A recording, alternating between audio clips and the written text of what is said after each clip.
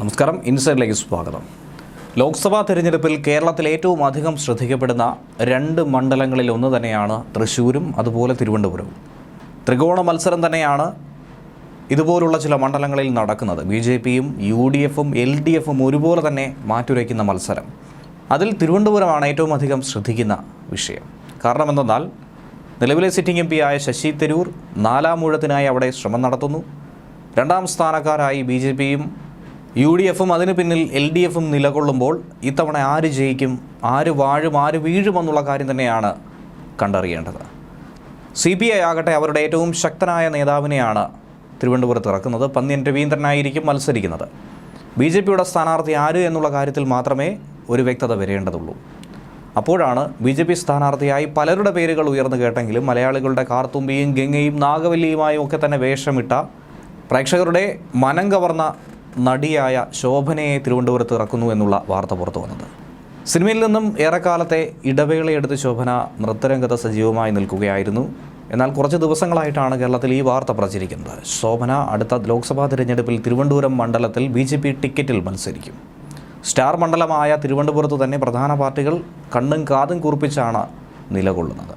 അവരുടെ സ്റ്റാർ മത്സരാർത്ഥികളെ തന്നെയാണ് ഗോതയിൽ ഇറക്കുന്നതും. അപ്പോഴാണ് BJPയുടെ സ്ഥാനാർത്ഥിയായി ശോഭന വരുന്നു എന്ന വാർത്ത ഉയർന്നു കേട്ടത്. നിരവധി പ്രമുഖരുടെ പേരുകളാണ് BJPയിൽ നിന്നും ഉയർന്നു കേട്ടത്. അതിൽ രാജ്യത്തിൻ്റെ പ്രധാനമന്ത്രിയായ നരേന്ദ്രമോദിയുടെ പേര് വരെ ഉണ്ടായിരുന്നു എന്നതാണ് കൗതുകകരമായിട്ടുള്ള വസ്തുത. നിലവിൽ കേന്ദ്രമന്ത്രിമാരായ രാജീവ് ചന്ദ്രശേഖർ, കേന്ദ്ര ധനമന്ത്രി നിർമ്മലാ സീതാരാമൻ, കുമ്മനം രാജശേഖരൻ, അങ്ങനെ നിരവധി ആളുകളുടെ പേരാണ്, ജില്ലാ നേതാക്കളുടെ പേരാണ് ഇങ്ങനെ ഉയർന്നു കേട്ടത്. ഏറ്റവും ഒടുവിലാണ് നടി ശോഭനയുടെ പേരും ഉരുത്തിരിഞ്ഞു വന്നത്. അതിനനുകൂലമായ നിലപാട് സുരേഷ് ഗോപി കൂടി സ്വീകരിച്ചതായി കേൾക്കുകയുണ്ടായിരുന്നു. എന്നാൽ ഈ വിഷയത്തിൽ ഒരു പ്രതികരണവുമായി ശശി തരൂർ തന്നെ രംഗത്ത് വന്നതാണ് ഏറ്റവും ഒടുവിൽ നമുക്ക് കേൾക്കാൻ കഴിഞ്ഞിരിക്കുന്നത്. തിരുവനന്തപുരം ലോക്സഭാ സീറ്റിൽ BJPക്ക് ഒട്ടനവധി പേരുകൾ ഉയരുന്നത് വലിയ നിരാശയിൽ നിന്നാണെന്നാണ് ശശി തരൂർ MP പ്രതികരിച്ചിരിക്കുന്നത്. ശോഭനയുടെ പേരാണ് ഏറ്റവും ഒടുവിൽ ഉയർന്നു കേട്ടത്. ശോഭന തൻ്റെ സുഹൃത്താണ്, മത്സരിക്കില്ല എന്ന് ഫോണിൽ തന്നെ അറിയിച്ചുവെന്നും ശശി തരൂർ പറയുകയുണ്ടായി. തിരുവനന്തപുരത്ത് എതിരാളികളെ വില കുറച്ചൊട്ടും തന്നെ കാണുന്നില്ല.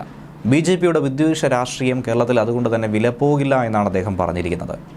തൃശ്ശൂരിലെ BJP വനിതാ സമ്മേളനത്തിൽ പങ്കെടുത്തതോടെയാണ് ശോഭന BJPയിലേക്ക് എത്തുന്നു, BJP സ്ഥാനാർത്ഥിയായി ഇനി മത്സരിക്കുമെന്ന വാർത്തകളൊക്കെ പരന്നു കേട്ടത്. വനിതാ സംവരണ ബില്ല് പാസ്സാക്കിയത് ഒട്ടേറെ സ്വപ്നങ്ങൾ യാഥാർത്ഥ്യമാക്കിയെന്നായിരുന്നു അന്ന് അവർ തൃശ്ശൂരിലെ പരിപാടിയിൽ വെച്ച് പ്രസംഗിച്ചത്.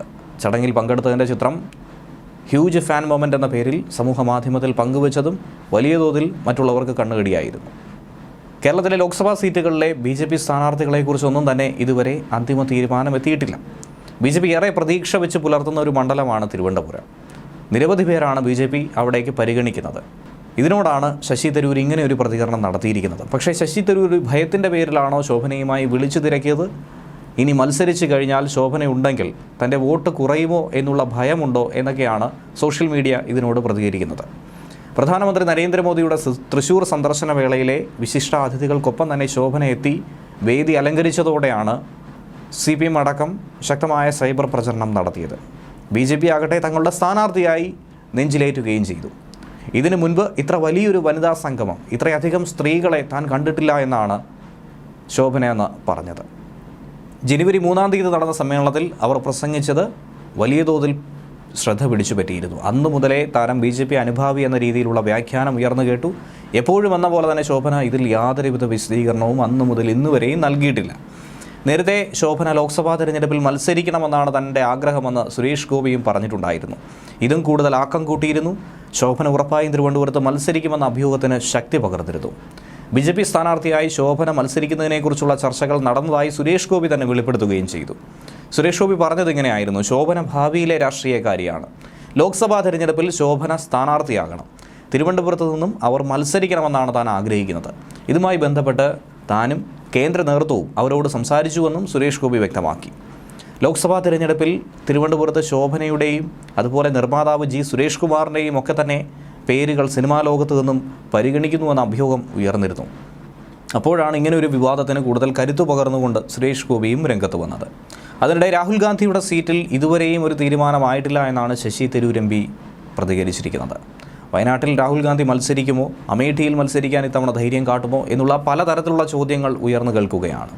ഒന്നിൽ കൂടുതൽ സീറ്റുകളിൽ മത്സരിക്കാൻ ഇത്തവണയും സാധ്യതയുണ്ടെന്നാണ് അദ്ദേഹം പറഞ്ഞിരിക്കുന്നത്. ശശി തരൂരിൻ്റെ വാക്കുകളിലൂടെ മനസ്സിലാക്കാൻ കഴിയുന്നത് രാഹുൽ ഗാന്ധിയെ മത്സരിപ്പിക്കാൻ കൂടുതൽ സംസ്ഥാനങ്ങൾ ഇപ്പോൾ താല്പര്യം പ്രകടിപ്പിച്ച് മുന്നോട്ട് വരികയാണ്.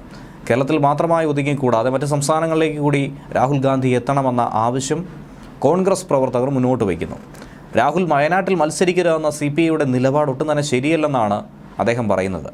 അങ്ങനെയെങ്കിൽ അവരങ്ങനെ പറയുന്നെങ്കിൽ കോൺഗ്രസിനെതിരെ CPI മത്സരിക്കരുതെന്നാണ് തരൂരും പറഞ്ഞിരിക്കുന്നത്. ന്യൂസ് ഡെസ്ക് മലയാളി വാർത്ത ഇൻസൈഡ്.